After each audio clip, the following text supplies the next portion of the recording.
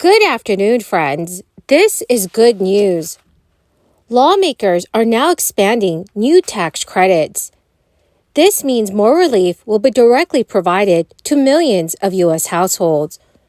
Many are expected to receive thousands of dollars in financial assistance. My dear friends, I'll be going over how much you can receive from this relief, so please make sure that you watch until the end of this video. Also, in a video later today, I will be announcing several winners for the Walmart gift card giveaway. Please make sure, friends, that you enter the giveaway by clicking and liking several of my videos, and then comment below the keyword of each video that you watch. The more videos that you comment on, friends, the greater your chances of winning these giveaways. Before Biden, the average monthly payment for a new home was $1,787. Today, that number is almost double to $3,322. That makes a new home unaffordable for many Americans. This inflation is caused by President Biden's failed policies and reckless spending. Americans are forced to pay more now because of inflation and pay more later to address the rising cost of our national debt. President Biden has adopted the term Bidenomics as a way to make Americans believe that they are better off. Well, it didn't work. He's falsely claimed to have cut the national debt by $1.7 trillion, when in fact the debt has increased by $6 trillion.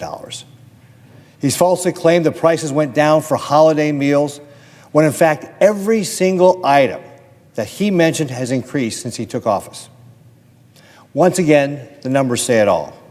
An astounding 76% of Americans believe the country is headed in the wrong direction. The president's war on domestic energy production has caused the price of energy to skyrocket. A wave of burdensome regulation has cost Americans thousands of dollars per household and limited their freedom. An avalanche of green energy spending has added trillions of dollars to the debt without building a single EV charger. And while Americans have tightened their belts in response to rising costs, our federal government has done the opposite. Federal spending is up 40% in the last 4 years. The result of these failed policies, a national debt is approaching $34 trillion. That comes out to about $257,000 per American household.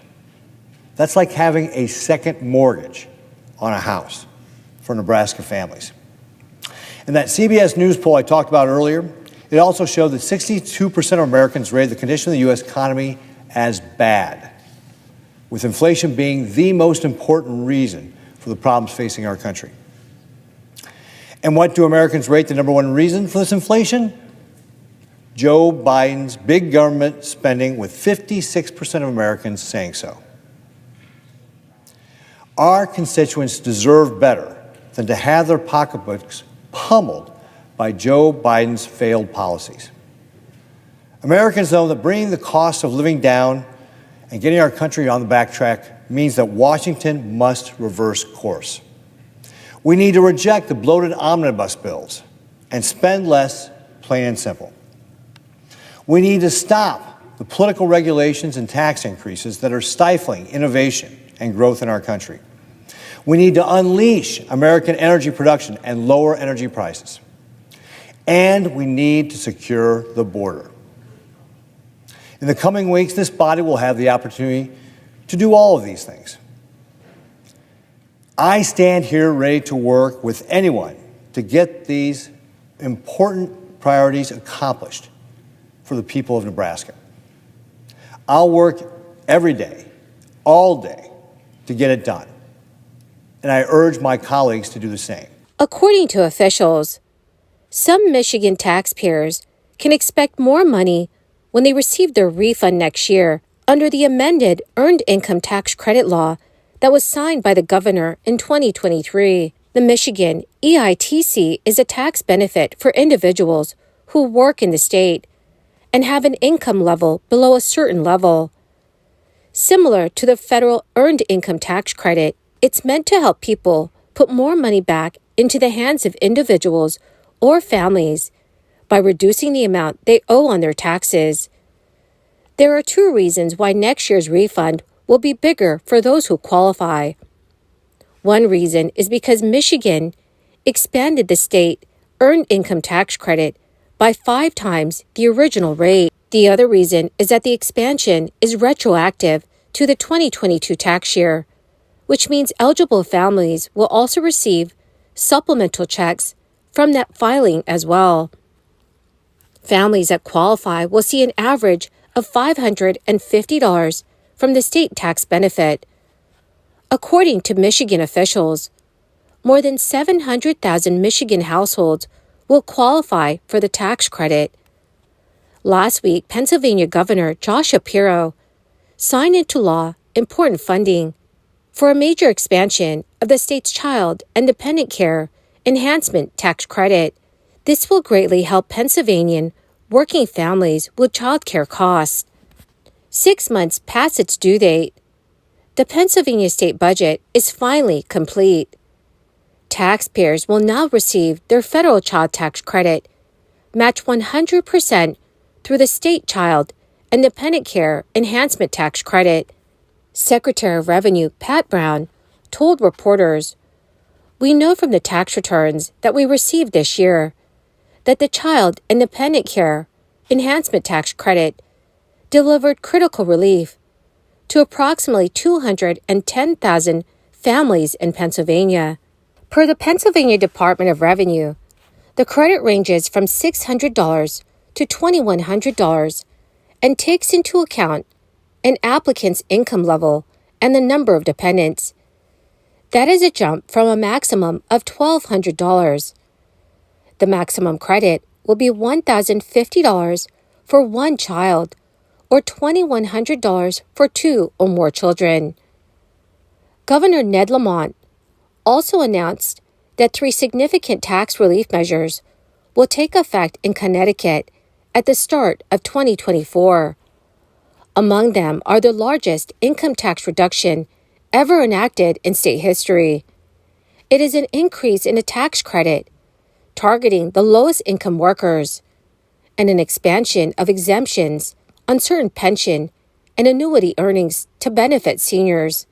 So in total, the 3 measures will reduce taxes for Connecticut taxpayers by approximately $460 million, beginning on January 1st, 2024.